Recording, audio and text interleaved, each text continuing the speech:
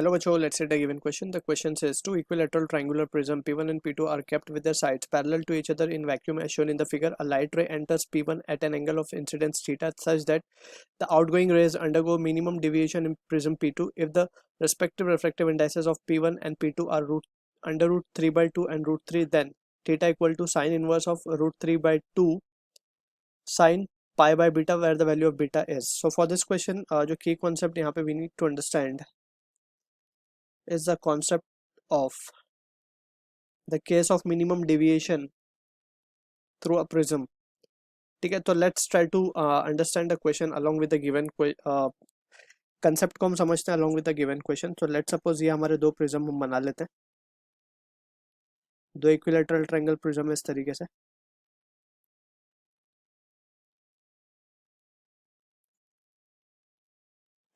ठीक है, अब यहाँ पे ये हमारा नॉर्मल है, यहाँ से angle of incident angle theta given है. ठीक है, यहाँ से रह गई इस तरीके से, ये हमारा दूसरा नॉर्मल हम बना लेते हैं. फिर रह गई यहाँ पे जाने के बाद क्योंकि हमसे बोला गया सेकंड प्रिज्म में जो है केस है मिनिमम डेविएशन का. सो मिनिमम डेविएशन में हमें पता है कि जो रे है वो पैरेलल जाती है बेस को. ठीक है, इस तरीके से जाएगी. उसके बाद it will be coming out. ठीक है, तो इसको अब हम इसका डायग्रामेटिकल रिप्रेजेंटेशन देखेंगे तो दिस विल कम आउट. हम इसका नॉर्मल क्रिएट कर देते हैं इस तरीके से, ये रहा नॉर्मल. ठीक है, तो इस तरीके से बाहर आ जाएगी. अब हमें क्या पता है for a case of minimum deviation अगर ये एंगल है ई तो ये एंगल ऑफ इमर्जेंट और एंगल ऑफ इंसिडेंस सेम होता है. राइट, तो हम दोनों को ई मान रहे हैं यहाँ पे. क्लियर है. Secondly what we can write is E की वैल्यू हमें यहाँ पे कुछ वैल्यूज अगर गिवन है तो वी कैन चेक इट. हाँ, यहाँ पे हमें म्यू रिफ्रैक्टिव इंडेक्स गिवन है, P1 का गिवन है अंडर रूट 3 by 2 और इसका गिवन है जस्ट रूट 3. क्लियर. तो सबसे पहले अब हम क्या करेंगे, वी विल सी के ये एंगल हमारे पास 60 डिग्री गिवन है. For a case of minimum deviation हमें क्या पता है मिनिमम डेविएशन में क्या होता है. मिनिमम डेविएशन में we can write R1 plus R2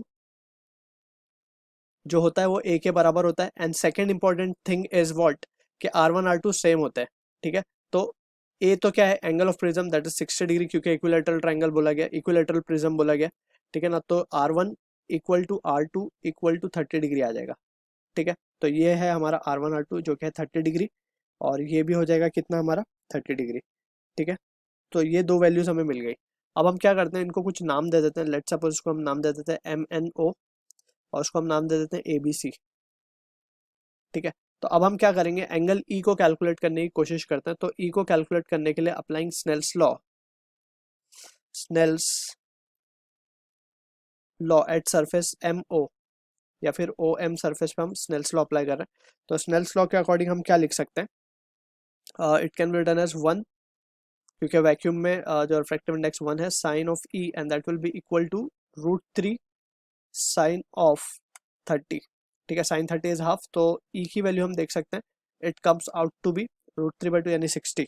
तो E की वैल्यू क्या आ गई 60 डिग्री आ गई. अगर ये E 60 डिग्री है तो ये दोनों नॉर्मल जो है आपस में पैरेलल है. तो ये एंगल 60 डिग्री हो गया, तो हमारा ये एंगल भी कितना हो जाएगा 60 डिग्री हो जाएगा. राइट, अब ये एंगल 60 डिग्री हो गया. अब again applying Snell's law at face AC पे अप्लाई करेंगे. अब यहाँ पे अगर हम देखें ध्यान से तो रे का डायरेक्शन कुछ इस तरीके से था. राइट, तो अब हम क्या लिख सकते हैं, we can write root 3 by 2 sine of ये एंगल को हम बोल रहे हैं लेट्स से R1 R2 बोल देते हैं इसको, जो स्टैंडर्ड नोटेशन है वो यूज कर रहे हैं, इसको बोल देते हैं R1 R2. ठीक है, तो sine of R2 and that will be equal to sine 60 into 1. Right, so यहाँ से अब हम देख सकते हैं इसको साइन 60 की वैल्यू क्या होती है रूट 3 अपॉन 2. तो ऑन सिंप्लीफिकेशन हम लिख सकते हैं sine of R2 will be equal to root 3 upon 2 into root 2 upon root 3. तो ये आ जाएगा 1 by रूट 2. तो यहाँ से हम देख सकते हैं देयरफॉर R2 की वैल्यू क्या आ जाएगी, R2 की वैल्यू आ जाएगी 45. Sine inverse of 1 by root 2 will be 45 degree आ गया. ठीक है, अब हमें क्या पता है ऑल्सो फ्रॉम द ज्योमेट्री हम क्या देख सकते हैं, ये एंगल कितना हो जाएगा 90 माइनस ऑफ R1 और ये एंगल भी हो जाएगा 90 माइनस ऑफ R2. राइट, तो हम यहाँ से क्या लिख सकते हैं, R1 प्लस R2 जो होगा वो A के बराबर होगा। क्लियर है? अब यहाँ से R1 plus R2 will be equal to A। R2 हमें 45 मिल गया है, तो R1 कितना हो जाएगा, A 60 है क्योंकि ये भी इक्विलेटरल ट्रायंगल बोला गया, तो 60 माइनस 45 विल बी 15 डिग्री, तो R1 भी हमें 15 डिग्री मिल गया। अब अगेन स्नेल्स लॉ अप्लाई करेंगे हम, Snell's law at face A B, ठीक है, एट फेस ए बी 3 बार स्नेल्स लॉ अप्लाई किया हमने, तो we have to be careful कि हमें थीटा एक्चुअली फाइंड करना है, राइट? तो हमें थीटा फाइंड करने के लिए हमने 3 बार स्नेल्स लॉ अप्लाई कर चुके हैं। तो यहाँ पे क्या आएगा, we can write sine theta will be equal to sine of R1। R1 कितना है, 15 डिग्री मिल चुका है हमें, और इसका जो ये है बेसिकली इट इज √3/2, इस तरीके से साइन ऑफ 15, राइट? और साइन ऑफ 15 को हम क्या लिख सकते हैं, साइन ऑफ 15 को इन टर्म्स ऑफ पाई हम 30/2 लिख सकते हैं। 30/2, 30 को π/6 लिखा जा सकता है, तो यह आ जाएगा π/12। तो इस तरीके से हम इसको लिख सकते हैं। यहाँ से हम देख सकते हैं कि थीटा की वैल्यू फाइनली क्या आ रही है, साइन इनवर्स ऑफ √3/2 साइन π/12। तो answer for the question given is beta की वैल्यू आ रही है 12। So this is the answer for the question. I hope you understood the solution. All the best.